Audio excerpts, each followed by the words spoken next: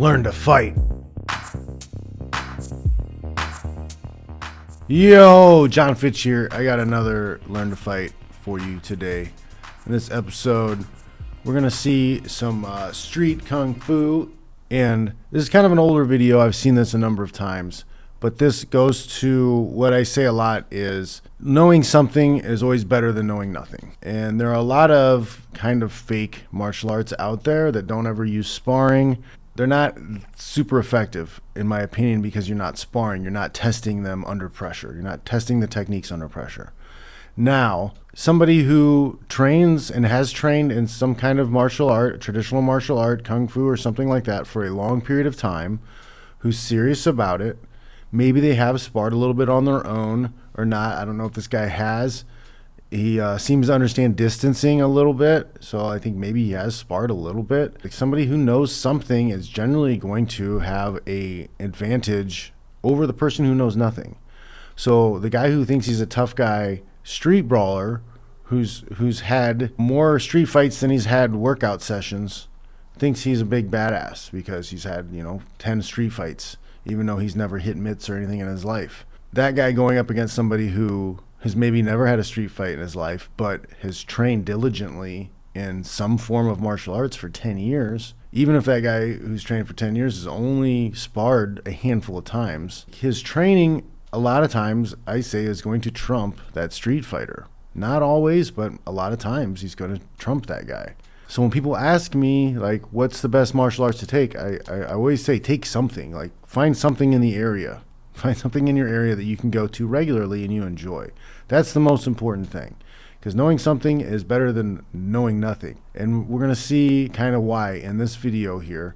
The guy who knows a little bit of something and you think is going to get his ass kicked ends up winning this fight. Again, this is a unlicensed, unregulated, amateur sporting event.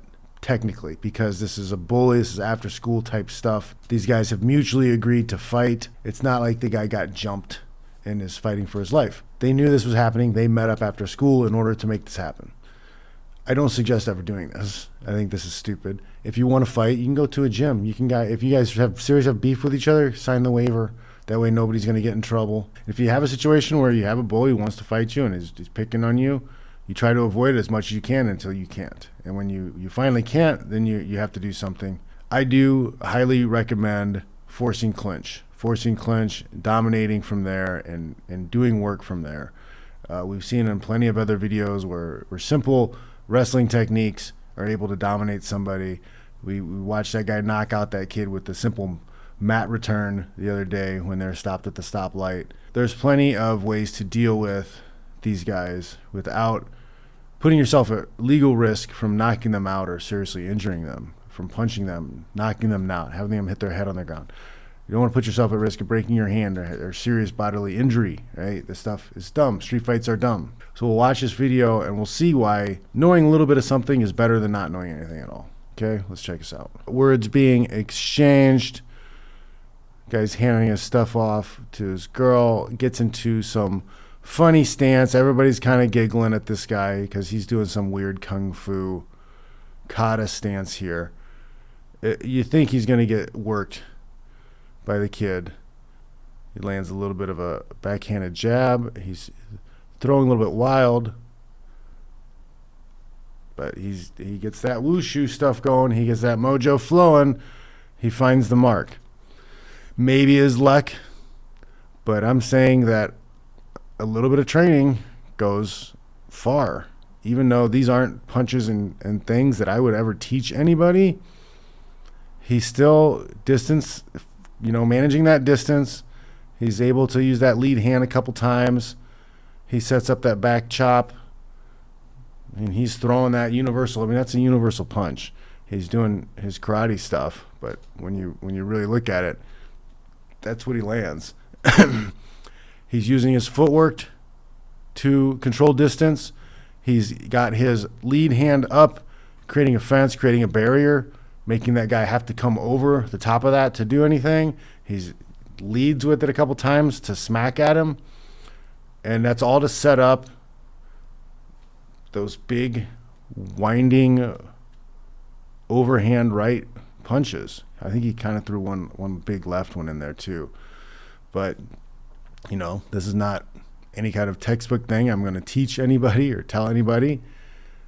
But he's using some fundamentally okay things, right? He's had some training. He's worked on range. He's worked on distance. Not bad. He controls the distance a little bit. The other guy didn't have that much experience, didn't have footwork. And that kills it right there. You got knocked out by a guy who did that stance. You need to maybe reevaluate whether or not you're a certified bully or not. You got to go back to bully school. Yeah, because that kid with the baggy pants, he's got no skill, no technique. He's just throwing wild, gangly punches, leaving himself wide open. Kung Fu Master looks pretty good. I remember watching this thing like 10 years ago and thinking this kid was going to get his ass kicked the second he hit that stance. But nope, he's controlling distance, in and out. The other kid's wild. Bam. Just clubs him in the head with that forearm. Nasty stuff, guys. Learn something. Get to the gym. Learn something.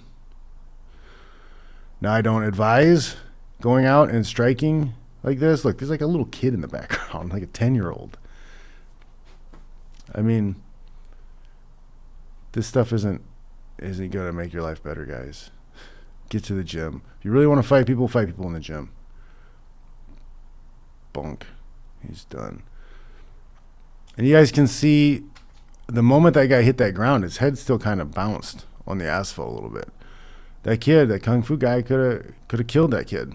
He hits him, knocks him out.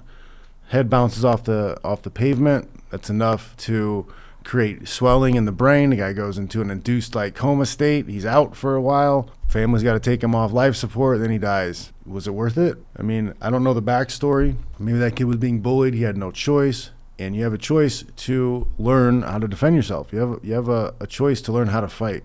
And you need to learn to fight so you don't put yourself at serious health risk, and you're not putting yourself at a serious legal risk for hurting somebody, even if they started it.